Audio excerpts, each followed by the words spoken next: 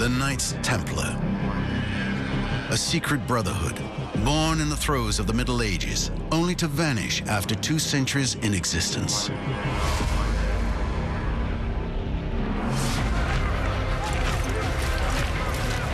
Of these men who left their mark on history, remains the legends that made them famous. Their white overcoats bearing the iconic Red Cross, the riches they amassed, their discipline and ferocity in battle. These were the elite troops, the special forces of the 12th century. After 1,000 years, mysteries still surround the myth of these soldiers of Christ.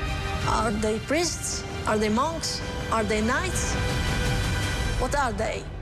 As an English chronicler called them a certain new monster. Who was behind the creation of the Order of the Temple? What was its mission? And how did the Templars become so powerful so quickly? By the end of the 12th century, the Templars had become a substantial international organization. Thanks to experts on the Order of the Temple, along with an investigation where the only written evidence of this period is kept, we discover the birth of a legendary brotherhood, a unique paradox of men simultaneously monk and soldier. It's truly unheard of that there's a military code within a religious rule. There were Christian thinkers who felt that it was an abomination to try to bring together prayer and battle.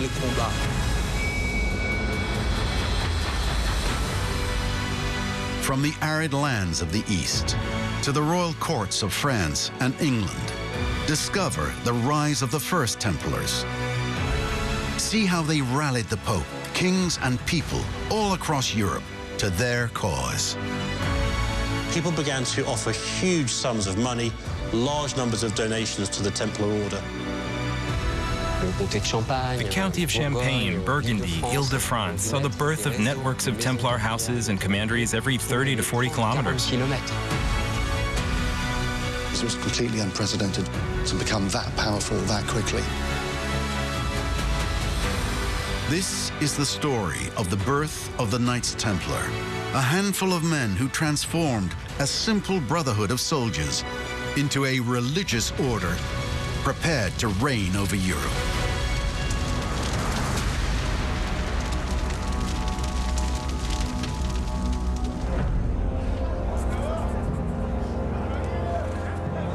Jerusalem.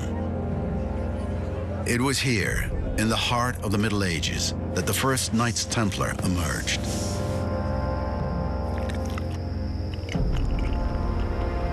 At the time, only a handful of knights,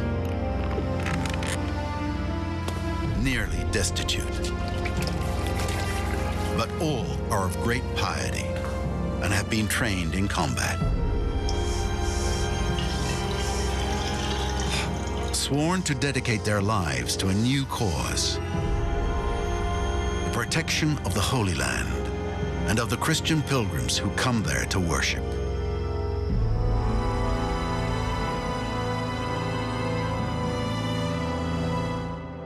To understand the origins of their existence, we must go back to the end of the 11th century. At the time, the religious world was divided. In the West, the vast majority of Europe was under the authority of the Christian Church and the Pope.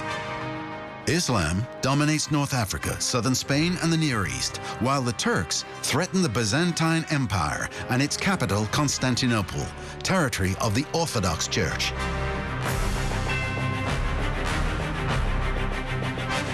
With Pope Urban II's call to action, the First Crusade witnessed thousands of Christians marching across Europe to reconquer the Holy Land. After 3 years of violent fighting, these crusaders reclaimed many possessions, in particular, the city of Jerusalem, where Jesus Christ was crucified and where his tomb lies.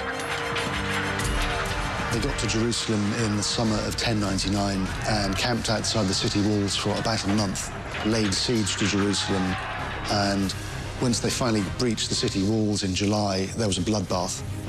It was said that, blood was running, knee deep. This could be a medieval exaggeration. I mean, medieval chronicles are prone to exaggerate the scale of carnage, but it was pretty bad. Muslims were slaughtered. The First Crusade gave birth to the Crusader states, the County of Edessa, the Principality of Antioch, the County of Tripoli, and the Kingdom of Jerusalem.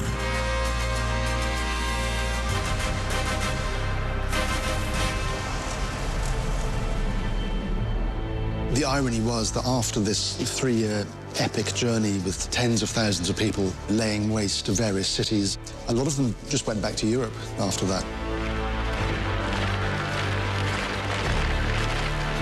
At the dawn of the 12th century, the security of these Crusader states, threatened from all sides, rested on only a few knights of very diverse backgrounds who chose to settle there.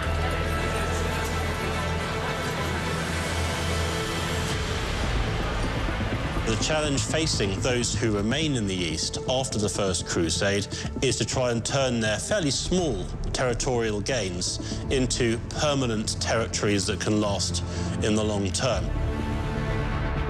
From a military perspective, they have enemies in Damascus who can raise armies of several thousand troops, and in Aleppo, a slightly larger army, and also Fatimid Egypt, which can raise about 15,000 troops. Now, given that the Crusader states, at least in their early years, can't put together more than a few hundred knights with a slightly larger contingent of infantry, that's a very serious challenge.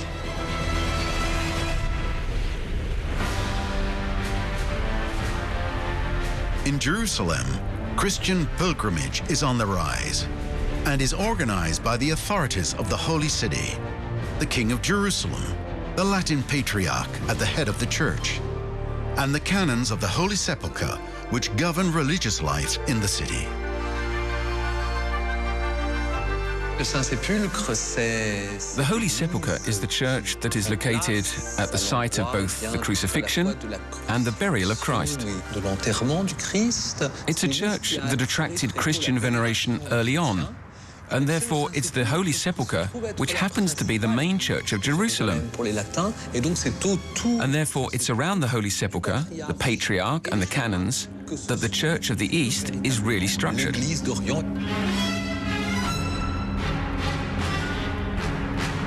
At their side are the members of the Order of the Hospitallers of St. John of Jerusalem to help welcome pilgrims and care for the sick. But guaranteeing their safety is becoming increasingly difficult. Pilgrims arriving in Jerusalem were under constant threat of guerrilla raids from ambushes. So all pilgrims arriving in Jerusalem could be attacked in the vicinity or near the Holy City. The outskirts of this Holy Land were by no means safe.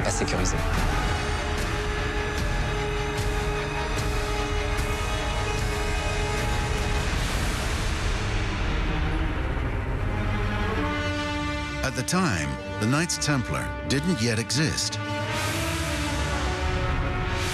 The soldiers charged with the safety of the pilgrims were called the Milites Sancti Sepulchri, the Knights of the Holy Sepulchre.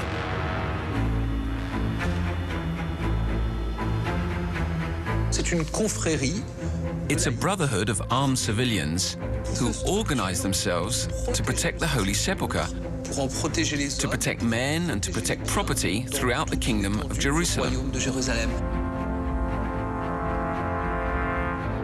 The Milites Sancti Sepulchri are neither part of the canonical order of the Holy Sepulchre nor of the Hospitaller Order of St. John of Jerusalem. It could be said that the Milites Sancti Sepulchri, who are committed to protecting pilgrims, to protecting canons, to defending, if need be, those areas which may be insecure, are in a kind of dual dependence. They are dependent on the canons, who direct their spiritual life, and they are dependent on the Hospitallers of St. John of Jerusalem, who maintain and nourish them.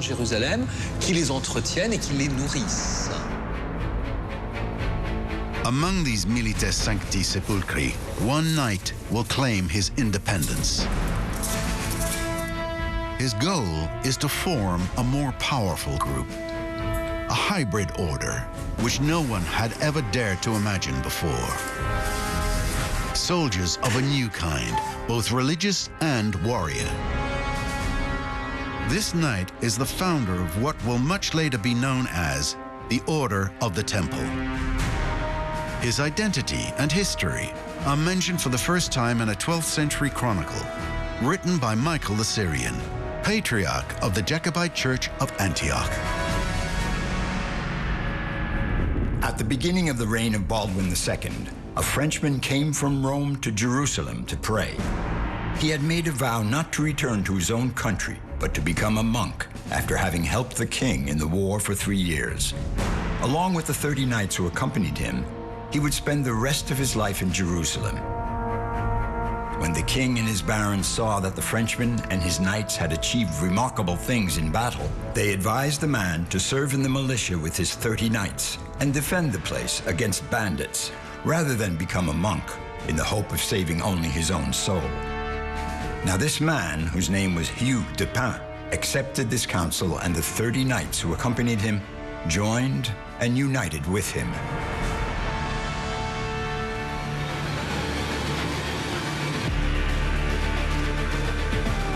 Hugh de Pin, born in the Champagne region around 1070, in a small village that he's named after, located 12 kilometers from the city of Troyes. He's a knight in the service of Count Hugh of Champagne. With his suzerain, Hugh de Pin will spend 3 years in the Holy Land at the beginning of the 12th century, before returning to Europe. Hugh de Pin led a family life. He had a wife and children. And then in 1114, touched by a deep piety that must have inhabited him for a long time, he went back to the Holy Land. And this time he left with the idea that he would never come back.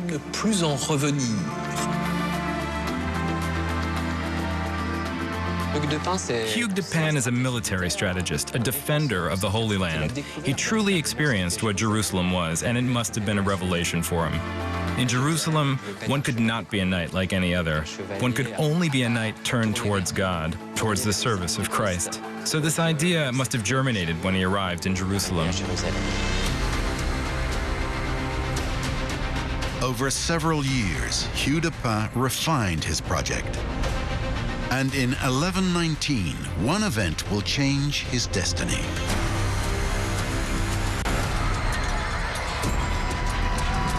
On June the 28th, 1119, Muslims of the city of Aleppo attacked the Principality of Antioch. The intensity of the fighting will be of such violence that the event will be baptized in Latin as the Agea Sanguinis, the Battle of the Field of Blood. It is Baldwin II, the new king of Jerusalem, who will come in person to repel the invaders. This battle reinforced the sovereign's belief that the threat to the Crusader states was becoming too great.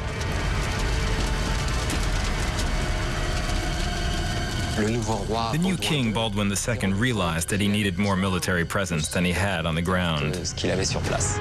He needed border guards, escorts on the roads to protect the pilgrims. He needed additional forces. It was on January the 16th, 1120, in the small city of Nablus, north of Jerusalem, that a council was to take place that would change the course of history.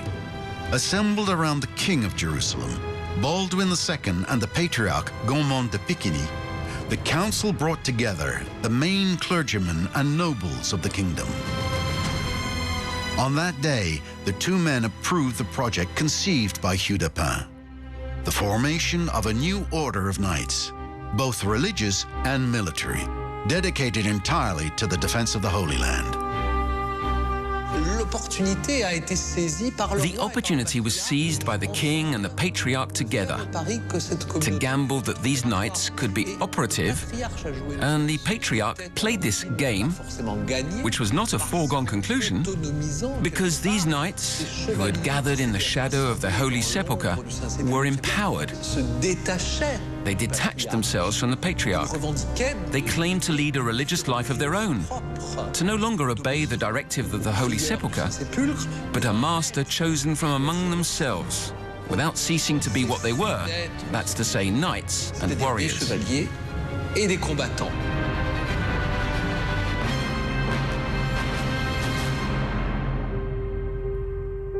It is King Baldwin II himself who will offer the members of this new order of chivalry a place to settle. This place is mentioned in another manuscript written by William of Tyre, known for being the first historian of the Crusades. Over the course of the same year, some noble knights devoted themselves to the service of Christ and professed to live forever in chastity, obedience, and poverty. As they had neither church nor fixed residence, the king granted them accommodations in his palace, which was located near the temple of the Lord.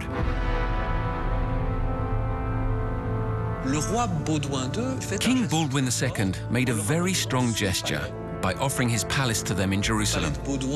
Baldwin's palace actually extended south of the esplanade of the mosques, south of the Temple Mount. It extended into the area of Al-Aqsa Mosque, the former palace of King Solomon. And so Hugues de Pin and his associates somehow took on the name by association, by calling themselves the Poor Fellow Soldiers of Christ and of the Temple of Solomon. The Poor Fellow Soldiers of Christ and of the Temple of Solomon. Later, this name will be shortened, and the group will become one of the most significant orders in all history, the Order of the Temple.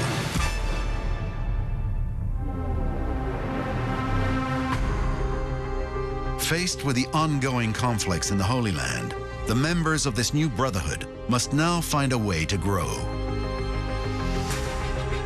The Templars in the 1120s, if they were going to expand, what they really needed was troops, high-quality recruits, money, and land in Western Europe that would supply them with the resources they need to carry on their vocation. Hugues de Pin decides to return to Europe to embark on a vast recruitment and fundraising operation. He went from country to country, France, Champagne, Flanders, England, to try to recruit and promote his project. As an agent seeking crusaders for the King of Jerusalem, he went into all the major courts of Western Europe. People began to get curious about who he was, what his order was trying to achieve, and when they found out, they were immensely impressed and began to offer huge sums of money, large numbers of donations to the Templar order, so much so that it became very, very wealthy very, very quickly. But Hugues de Pin and the founders of the Order of the Temple know that to bring more men and money to the Holy Land, they need to be recognized by the highest authorities of the time.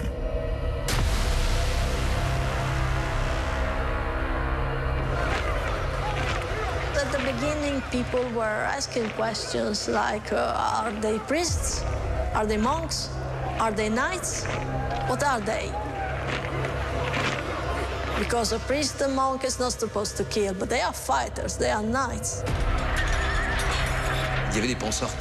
There were Christian thinkers who considered it an abomination to want to unite prayer and combat under the same religious order.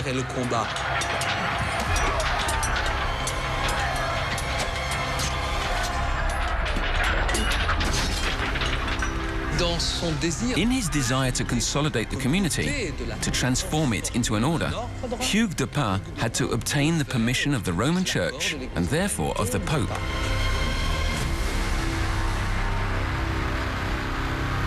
To obtain the Pope's approval, Hugues de Pin will use his connections in a region close to his birthplace, Burgundy. His first wife, Emmeline de Touillon, is a relative of the de Montbard family, in which we also find another man in ascendancy within the Christian Church and recognized throughout Europe, Bernard de Fontaine, who later becomes Bernard de Clairvaux, and after he is canonized, Saint Bernard. Saint Bernard entered the order of Citeaux, and in 1115 he founded a new abbey, the Abbey of Clairvaux. He also came from chivalry, from the border of Burgundy and Champagne. So he had all the characteristics of a man of combat, with a great strength of conviction, a very great orator, eager to lead an aesthetic life, a rigorous life in the order of Citeaux, which was really the figurehead of the church at the beginning of the 12th century. Saint Bernard was already in 1129 a considerable figure in the church, a sort of moral figure of the Kingdom of France, both for the clergy and for the common people. He saw in the Knights Templar not only a chance to support the continued defence of Jerusalem, but he also wanted to reform Western European knights. For over 100 years, even before the First Crusade, one of the biggest problems facing the Catholic Church as a whole was to reform Western knighthood. Knights were seen to be troublemakers. They fought vendettas against each other. They caused trouble. They were seen to be arrogant and proud. And so Bernard of Clairvaux saw in the Knights Templar the idea of using the Templars as a role model for Western knights, say, this is how you should be, try to steer them away from their internal feuds and into what he perceived to be a more godly form of vocation. Convinced that this new order of the Temple represented an opportunity for the Christian Church, Bernard de Clairvaux wrote a manifesto which would go down in history, entitled In Praise of the New Chivalry.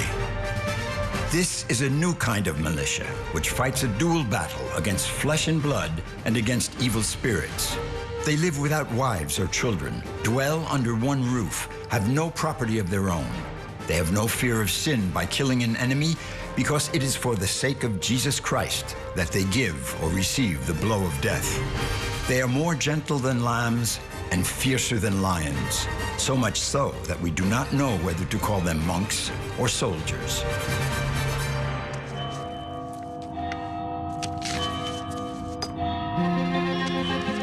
What is stated in his De Laude Nove Militia was, of course, justification of the killing of the enemy.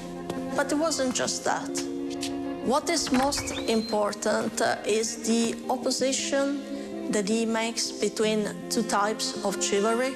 The profane chivalry, where the knights are rich or seek after richness and fight for it and love the beautiful dresses, the beautiful horses, and another kind of new chivalry.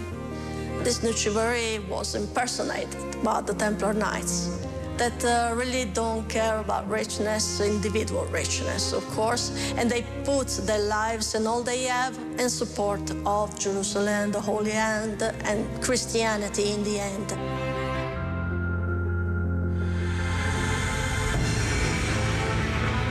On January the 13th, 1129, the authorities of the Christian Church, under the direction of Bernard de Clairvaux, organized the Council of Troyes, bringing together a representative of the Pope, members of the clergy, nobles, and representatives of the Order of the Temple. During this council, the very first rule of the Temple was enacted and put down in writing. Today, only 10 original copies remain in the world. Among them is this work, written in Old French and kept in the National Library of France. The manuscript first contains the rules of the temple, which continues through page 13 and 14. Then there's a list of celebration that the Templars received from the Pope, and then the bulk of the manuscript is formed by the rules of the temple. So, for all of the temple's legislation, this allows us to say that the manuscript belonged to the Templars. It most probably even belonged to an important house of the order, because it is a beautiful manuscript with a beautiful layout, with the watermarked letters in red and blue. So this is something important.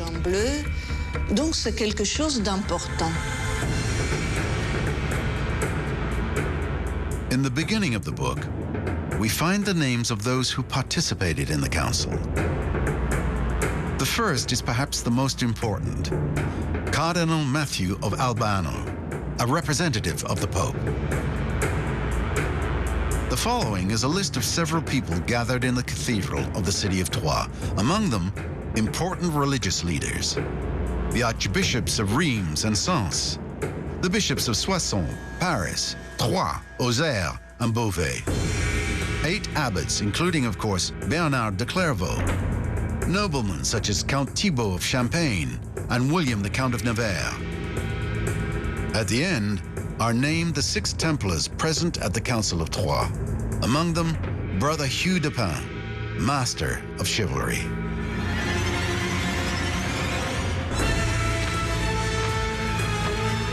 On the 12 pages of manuscript, written on goatskin parchment, are all the recommendations of the Council of Troyes for members of the Order of the Temple. The rhythm of prayers when they're in battle, the care required to give their horses, or the food they're advised to eat. You are to eat meat 3 times a week. Everything is accounted for, down to the last detail, because unlike monks, the knights cannot fast or be lacking in sleep.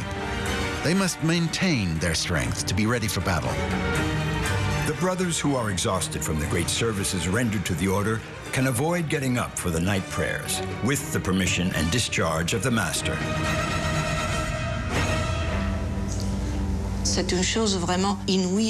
It's a really incredible and innovative thing, the fact that inside a religious code, there's a military part. So there's even a military code which is integrated perfectly inside of a religious order. A little further reads that the participants in the Council of Troyes will bring the Christian Church into a new era. We believe that this new kind of religious life was born in the Holy Land thanks to divine providence. This means that this armed knighthood can, without committing a sin, kill the enemies of the cross. For this reason, we deem that you have the right to be called Knights of the Temple. For the first time, the Church formalizes the idea that one can kill in the name of Christ, and that its armed branch in the Holy Land has a name, the Order of the Temple.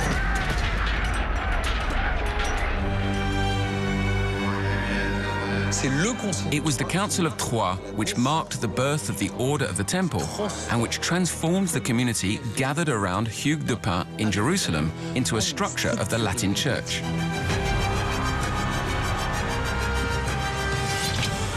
To some people, the idea of the Knights Templar was actually quite almost heretical. One of the English chronicler by the name of Henry of Huntingdon called them a certain new monster.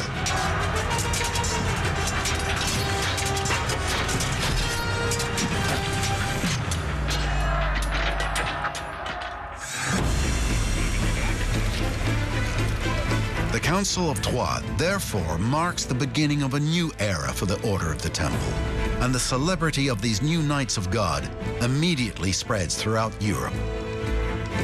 After the Council of Troyes, everything changed rapidly because this new order looked interesting to the Western world, especially, of course, to the aristocracy of the Western world that had found a way to invest their donations in something that was different from the traditional monastic orders.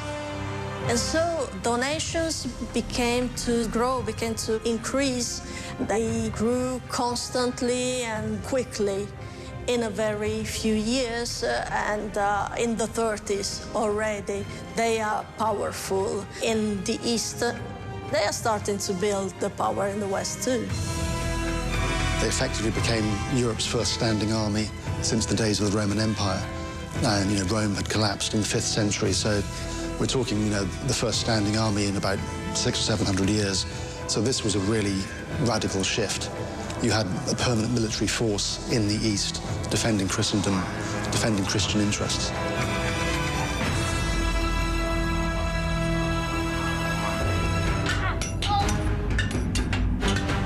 Once the donations of land and money and so on came in, that's when they were able to train men up to fight. A medieval knight was the equivalent of, modern-day tank or something, just like a fully armed knight on a war horse. It was quite an awesome figure to behold, you needed to run. So these were, the elite troops, the crack troops, the special forces of the 12th century. It was at this time the first symbols of recognition of the Templars were born, on which their legend of outstanding fighters would gradually be built. The initial knights weren't visually, impressive to start with. They were called the poor fellow soldiers of Christ and the Temple of Solomon. And they were literally poor. They had nothing, just the clothes they stood up in and their swords and a few horses. So after the Council of Troyes, you get massive donations of land and money, and all of a sudden they become vastly wealthy. So the white surcoat is part of this new look. We would call it maybe a rebranding, but, to a medieval person, white would symbolize purity.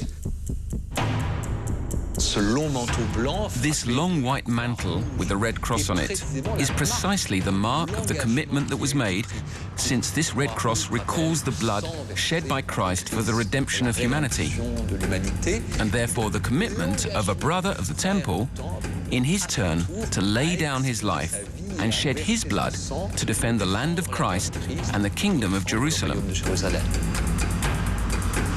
The mission of the Knights Templar is to defend the Holy Land. They must therefore not only know how to fight, but also how to make new weapons, organize their movements, and build strongholds to defend pilgrims. And thanks to the donations, the Order of the Temple recruits.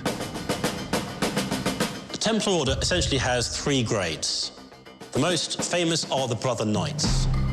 To be recruited as a Brother Knight, someone in Western Europe would need to be normally of aristocratic background. They would normally have been trained as a knight, so they'd already have the skills to perform the functions of a Templar knight. If you were not from an elite background, typically from a free background, perhaps from an artisan family or from a family of merchants, you would generally go into the Templar Order as a Templar sergeant. Templar sergeants could fight, but it's from their ranks the Templars would recruit their shipbuilders, their carpenters, their estate managers, people with specific trade skills. And the third type is brother priests. These are people who have been ordained as a priest and act as chaplains to the order.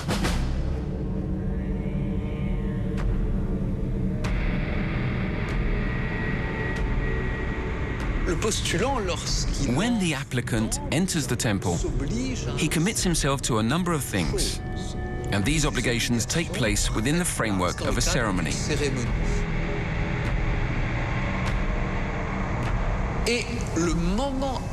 And the absolutely decisive moment is when the Templar's mantle is put around the neck of the candidate. Here, he truly enters the brotherhood of the temple. And then, immediately, he swears to respect the vows of chastity, poverty, obedience, and he also swears to fight by all means in his power for the Holy Land. We sometimes refer to this as the 4th vow, and it's something quite essential because a Templar of any kind, knight, sergeant, or chaplain, whether in the West or in the East, ideally competes in the defense of the Holy Land. It's an entry into brotherhood, an entry into an order, hence the importance of the mantle, hence the importance of the sword, and the importance of the oath.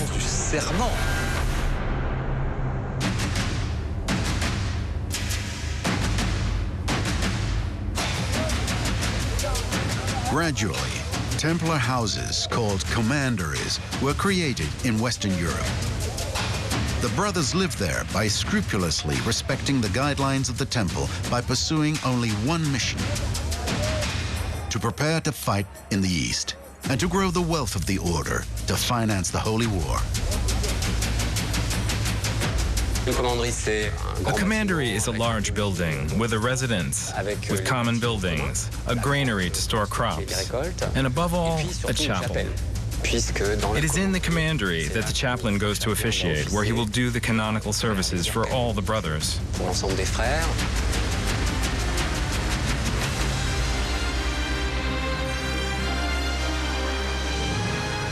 The county of Champagne, Burgundy, Provence, Auvergne, Ile-de-France saw the birth of networks of Templar houses and commanderies every 30 to 40 kilometers. So it was a network that formed fairly quickly during the 12th century. These commanderies and these Templar houses are also used to recruit locally. Their establishment, their impact, their daily relationship with the populations also serve to feed this recruitment.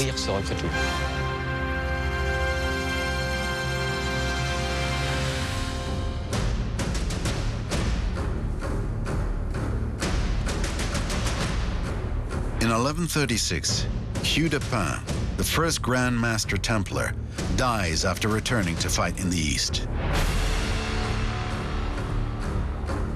He is replaced at the head of the order by Robert de Caen, who brilliantly organizes the operation and management of the commanderies, which continue to develop thanks to donations. 10 years after the Council of Troyes, events are accelerating. On March the 29th, 1139, Pope Innocent II writes a papal bull which will go down in history. A document which bears his seal and is baptized Omne Datum Optimum, the 3 Latin words with which it begins. Every good grace and every perfect gift descends from above, from the Father of light, with whom there is no change or shade of variation. We exhort you to fight the enemies of the cross with ardor, and as reward, we allow you to keep for yourselves all the spoils that you have seized, without anyone having the right to claim from you a share of them. And we declare that the Order of the Temple, with all its possessions acquired by the bounty of the popes, the kings, and the princes, remains under the protection and guardianship of the Holy See. According to this text, not only can the Templars preserve the wealth accumulated during battles against Muslims in the Holy Land, but they place themselves under the authority of one person, the Pope himself. No one can force you to pay tithes, but we confirm to you the possession and enjoyment of the tithes given to you with the consent of the bishops, so that you may have the fullness of salvation and care for your souls. For the practice of the divine offices and the giving of the ecclesiastical sacraments, you may admit clerics and priests. We grant you the power to build chapels in all the places attached to the temple, so that you and your relatives may attend services and be buried there. For it is bad for your morals if the brothers of the temple, on their way to church, should mingle with crowds of sinners and those who keep company with women. The Order of the Temple will no longer pay tax to the Church. Will have the right to collect tax without going through the bishops, train its own priests, build its own churches, and anyone who questions this protection of the Pope will be excommunicated.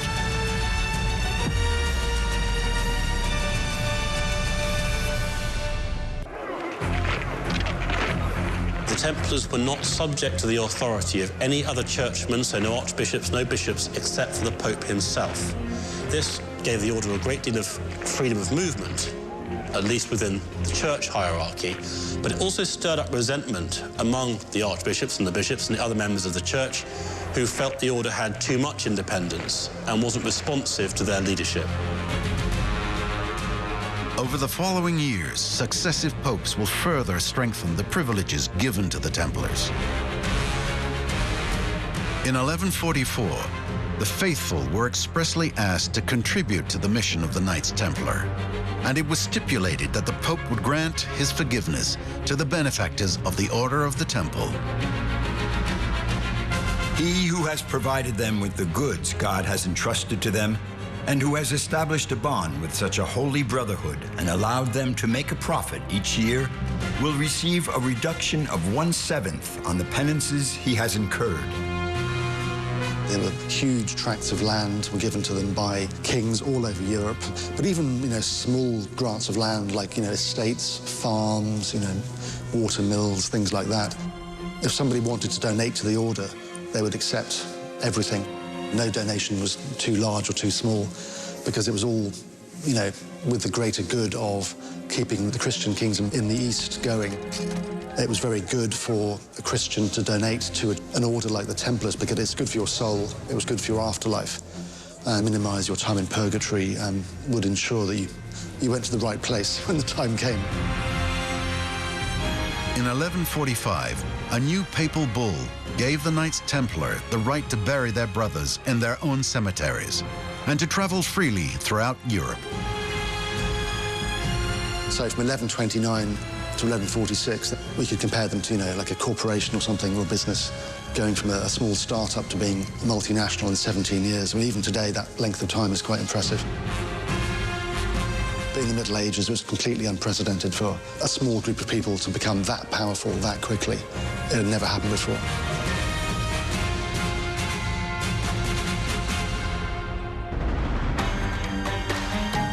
While the Templar enterprise is developing quickly in the West, in the East, the situation in the Crusader states has deteriorated. Defeated in Damascus in 1129, in Bahrain in 1137, in Tequa in 1139, and especially in Edessa in 1144, where it's said that 30,000 Christians were massacred. The failures of the Crusaders mount one after another. These were not the setbacks of the Templars. These were the setbacks of the army of the Kingdom of Jerusalem, which were starting to integrate within it perhaps a few dozen Templars. But these setbacks were bitter. The Templars still lacked influence within the army, and the qualities of order and discipline that we know of them were not really imposed. In the face of these defeats and the threat to Christians in the East, Pope Eugene III decided to act. With the papal bull Quantum Predecessoris, he called for a new crusade. Bernard de Clairvaux himself is in charge of mobilizing the population.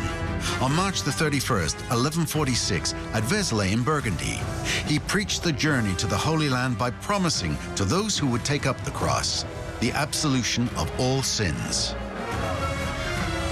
Among the many sovereigns from all over Europe who joined the Second Crusade was Louis VII, King of France, and his wife Eleanor of Aquitaine. And to help in their endeavor, they turned to those with sufficient means. The Knights Templar. In 1147, Louis VII requested funding from the Order of the Temple, and he entrusted them for the first time with his treasure.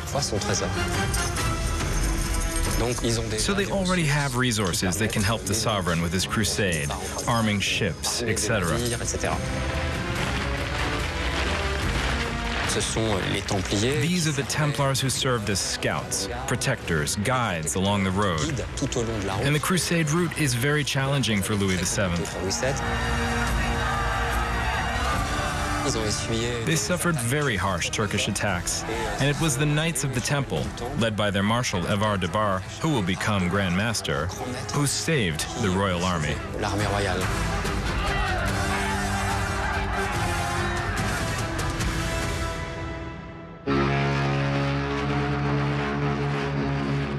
VII is not the only one to embark on the Second Crusade.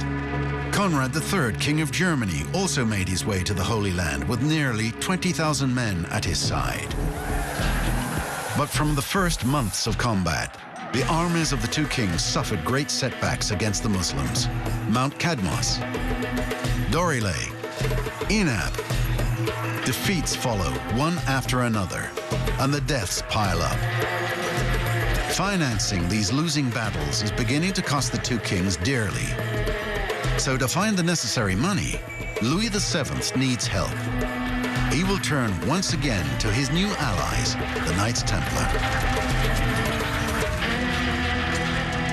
When the crusade gets into difficulty in 1148, Louis turns to the master of the temple and says, "Can you help us?" So the Templars, the Grand Master goes off in his ship and gets the money from a Templar stronghold. This is like the first time we can see the Templars acting effectively as bankers, supporting European kings. They're not just supporting the interests of the church and fighting for Christ and defending souls, but they are now, by the time of the Second Crusade, also financially very powerful and literally funding the crusade. Despite financial assistance from the Knights Templar, the troops of the King of France and the King of Germany were unable to recover any territory from their enemies.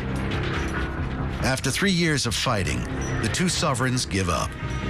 A crusade for nothing, which will nevertheless benefit the Order of the Temple.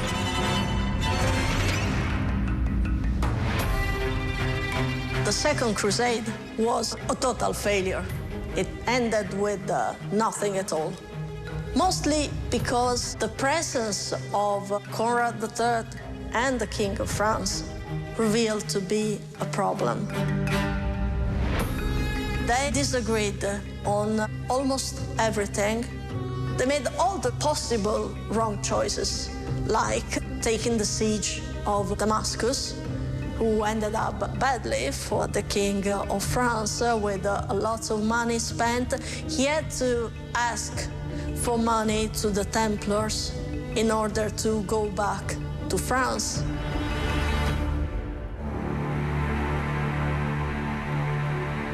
The defeat of the Second Crusade probably helped the Templars. They had lended money to the king. They were the forces that clearly ended well in the local situation. The Knights Templar had shown, both by loaning money to the King of France and also reorganising his army at one stage, they had shown how effective that they could be, and this would not be forgotten by the Kings of France in the future.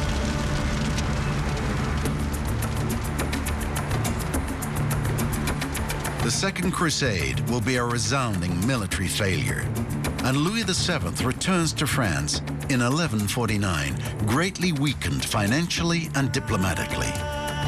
However, his ordeal contributes to the growth of the legend of the Knights Templar. He came back from the Holy Land with a lofty idea of what the Knights of the Temple were like. For him, this is an order that shines over the whole surface of the earth and which has no equivalent in his mind. And he will not cease to give them income and money from his tax revenues. He cedes to them the Villa Savigny, which will become the great commandery of Savigny-le-Temple. So this is a king who shows the same fascination of the sovereigns for the beginnings of the Order of the Temple, since it is less than 30 years after its creation, and the King of France is truly an unconditional supporter of the Knights of the Temple.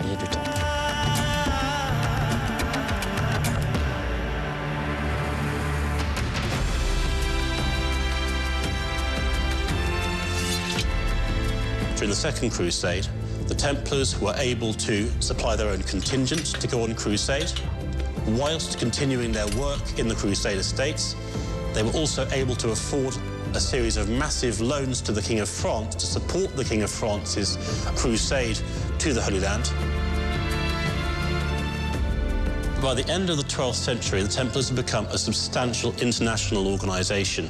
We don't know precisely how many members they had, but it seems likely that they would have had about 600 fighting brother knights in the Crusader states, but then with a much larger substantial contingent of infantry and other employees and followers. In Western Europe, they would have had an equally, possibly even larger number of brother knights, brother sergeants, and other personnel, all there to facilitate the supply of resources to the Holy Land. The Templars developed this reputation for avarice, but I think what was really going on was they were just very good businessmen. At the beginning of the second half of the 12th century, the Order of the Temple will become more and more powerful. Supported by popes and kings, the order accumulates considerable wealth. building commanderies in the west and castles in the east. Its ranks will not cease to grow. The reign of these new knights of Christ was only beginning.